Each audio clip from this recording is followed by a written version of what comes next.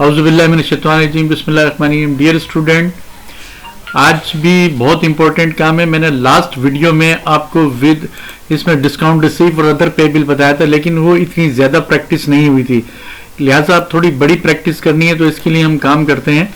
अच्छा, वाउचर मैंने नहीं दिए, डायरेक्ट एंट्री यानी कि जनरल एंट्री मैंने दे दी, वो जनरल एंट्री बोलो एंट्री दे दी है, इसको हम प्रोसेस करेंगे। ठीक है, अब मैंने इसमें कैपिटल तो दिखा दिया 12 लाख रुपए, ठीक हो गया। अब उसके बाद हमने ये फर्नीचर खरीदा है, फर्नीचर 14,000 का खरीदा है, लेकिन गवर्नमेंट ऑफ पाकिस्तान कह रही है कि इसको पेमेंट, आपने देखा होगा जब हम बैलेंस डलवाते हैं तो हमारे पास टैक्स वगैरह कट के पैसे आते हैं ना, इसी तरह से हमने फर्नीचर खरीदा है 14,000 रुपए का, तो गवर्नमेंट ऑफ पाकिस्तान कह रही है कि इसको 14,000 पूरी पेमेंट नहीं करो, पहले इसका विद होल्डिंग टैक्स डिडक्शंस कर लो, फिर इसको जो है आप पैसे दिएगा। ठीक है, तो अब इसका प्रोसेस क्या होगा कि हम इसको कितनी पेमेंट करेंगे। एक प्रोसेस तो इसका 5% निकाल लें आप, 5% निकालेंगे तो इसमें plus 5 divided by 100 multiply by 40,000, तो ये 700 रुपये आते हैं। ठीक है ना, 700 रुपये आते हैं। तो अब तो इसमें से अगर आप 14,000 में से 700 रुपये माइनस कर देंगे, यहाँ हम लिखते हैं 14,000 रुपये, और इसको अगर आप माइनस कर देंगे यहाँ पे, इसको माइनस कर देंगे, ये 13,300 रुपये बचते हैं आपके, 13,300 रुपये। तो अब आप यहाँ पे क्या करेंगे, एक तो आपने ये डेट डाल दी यहाँ पर, ठीक है, ये डेट आ गई यहाँ पे। अब प्रोसेस देखिए किस तरह से मैं कर रहा हूँ। फर्नीचर आपने यहाँ लिख दिया,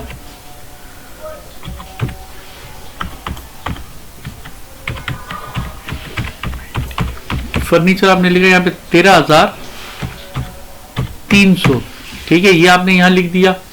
अब उसके बाद जो 700 रुपए थे, वो 700 रुपए आप यहाँ जो विद होल्डिंग टैक्स, जो आपने विद होल्डिंग टैक्स डिडक्शंस किया है, तो डेट आपकी यही आ जाएगी, डेट यहाँ आ गई, और आपने यहाँ पे लिखा विद होल्डिंग टैक्स पेएबल, ये रहा विद होल्डिंग टैक्स, सॉरी यहाँ पे पहले आप लिखेंगे furniture,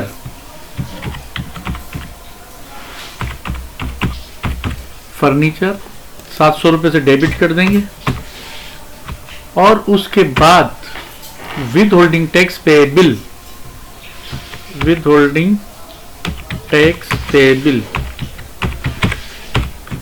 with holding tax payable आप 700 रुपये से क्रेडिट कर देंगे। ठीक है, इसको थोड़ा सा मैं कोशिश करता हूँ कि छोटा हो जाए ये, ठीक है। 700 रुपये से ये जो है आपका क्रेडिट हो गया, ये आपने। अब देखें, एक एक एंट्री को करके उसको प्रोसेस करें, पूरा पूरा प्रोसेस करें। कैपिटल का लेजर नहीं बनाया मैंने, कैपिटल का आप लोग बना लिएगा, और चाहें तो बना देते हैं, इसको ही हम इसकी कॉपी कर देते हैं, और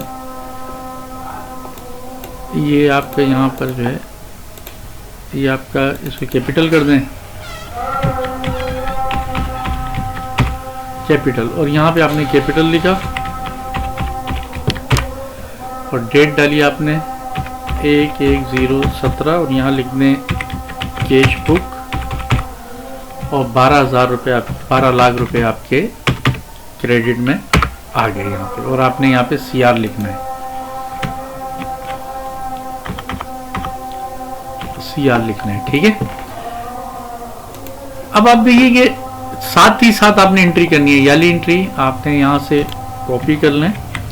आप देखें प्रोसेस फर्नीचर में आए, और यहाँ पे आपने आगे ये आपके 13,000 आगे, फिर उसके बाद आप जनरल वाउचर से जाएं, ये री एंट्री एक, इसको भी कॉपी करें, और इसको भी आपने यहाँ पे यहाँ लिख दी, यहाँ पे लिख दें आप कैश बुक या वाउचर नंबर, कैश बुक का मतलब कैश बुक से एंट्री आई है, तो इधर लिख दें आप JV सल्लल्लाहु अलैहि वसल्लम, और ये आपका यहाँ पे DR, और ये DR रहेगा आपका, ठीक है, सल्लल्लाहु अलैहि वसल्लम। फिर आपके पास देखिए दोनों एंट्री गई, फिर उसके बाद ये वाली एंट्री ना, ठीक है, आपने यहाँ से कॉपी करी, with holding tax, with holding tax में यहाँ पे आए आप, ये 700 रुपये यहाँ आ जाएंगे, और ये आपका CR, ठीक है, और यहाँ पे आपने लिख दिया विद होल्डिंग टैक्स पेबल, ठीक है। विद होल्डिंग टैक्स पेबल आपका ये 700 रुपये हो गया। तो आपने देखा कि मैंने किस तरह से प्रोसेस किया, इसको और इसको तो पहले ले गए हम कहाँ पे, ये देखिए यहाँ पे लेजर में लेके आए, यहाँ पे ये डेबिट हो गए। फिर उसके बाद ये रह गया हमारा विद होल्डिंग टैक्स, इसको आप जो है विद होल्डिंग टैक्स के लेजर में लाके यहाँ पे क्रेडिट कर दिया। जो जनरल वाउचर में क्रेडिट हुआ उसको क्रेडिट कर दिया, जो डेबिट हुआ उसको डेबिट कर दिया। अब उसके बाद मशीनरी एंड इक्विपमेंट कह रहा है कि डिस्काउंट रिसीव 10%, यानी कि दुकानदार ने आपने 16,000 का माल खरीदा और उसने जो है आपको 10% डिस्काउंट दे दिया, यानी कि 10% 1600 रुपये होगा मेरे ख्याल से 16,000 का। चेक कर लेते हैं हम यहाँ पे, plus 10 divided by 100 multiply by 16,000, 1600 रुपये देख लें। अब 1600 और इधर आपने 16,000 लिख दिया, तो इसको माइनस कर लें, कितना बचेगा,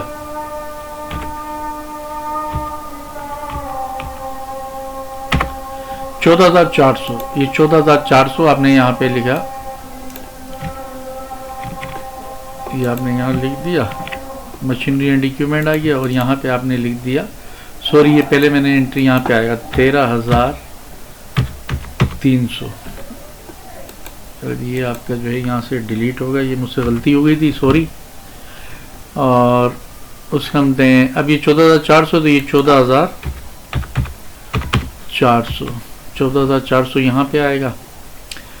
अब कितने 1600 को आप क्या करेंगे, यहाँ पे 2 तारीख है, आपने यही तारीख उठा के यहाँ रख दी यहाँ पे, और यहाँ पे आपने लिख दिया मशीनरी एंड इक्विपमेंट को डेबिट कर देंगे। फिर मशीनरी एंड इक्विपमेंट डेबिट हो गया आपका यहाँ पे कितने से, 1600 से।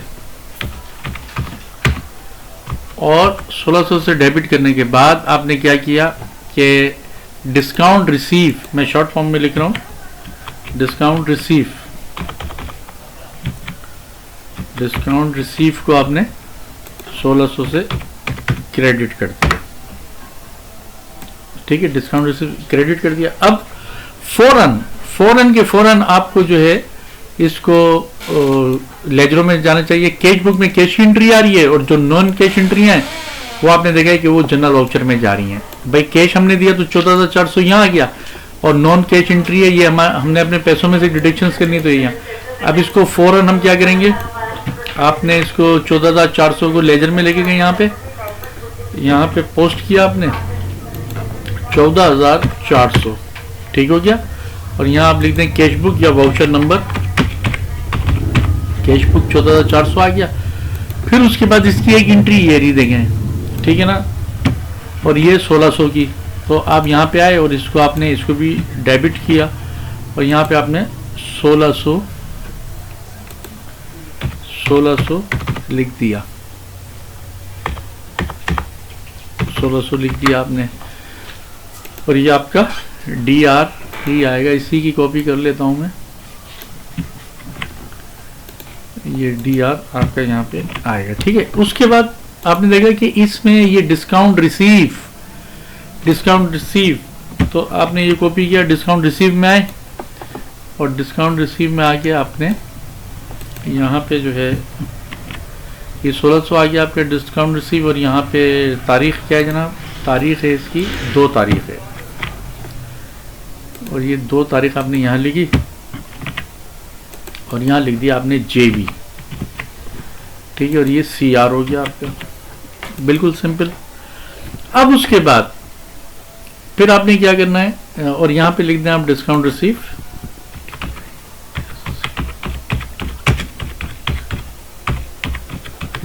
आपने लिख दिया। अब उसके बाद तीसरी एंट्री है कि हाफ पेमेंट करनी है आपको, ठीक है। फर्नीचर की हाफ पेमेंट, ये 18,000 है, 9,000 करनी है। तो आपने क्या किया,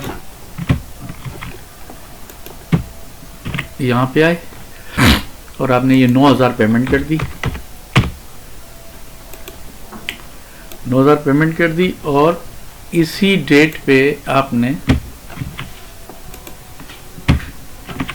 यहाँ पे लिखा आपने फर्नीचर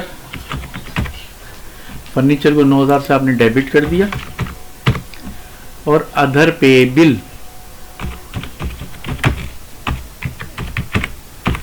पेएबल को आपने 9000 से क्रेडिट कर दिया।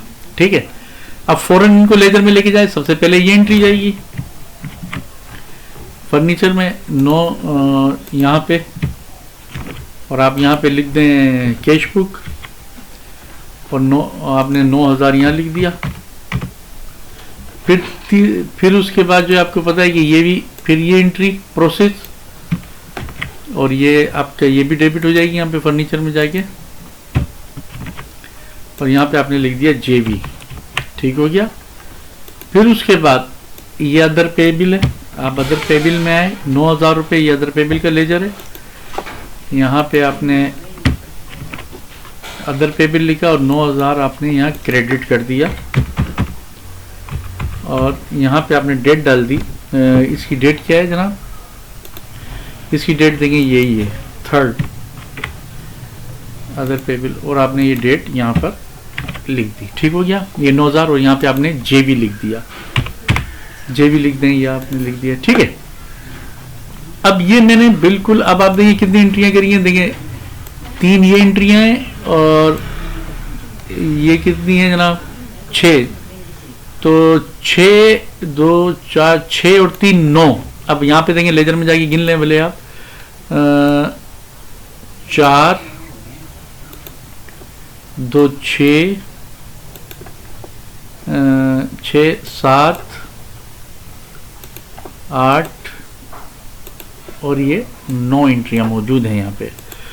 इसको इसी तरह से बिल्कुल एंट्रीज को आपने इसी तरह से रखना है, और आप इसको कुछ भी, इसमें कुछ भी आप नहीं करिएगा।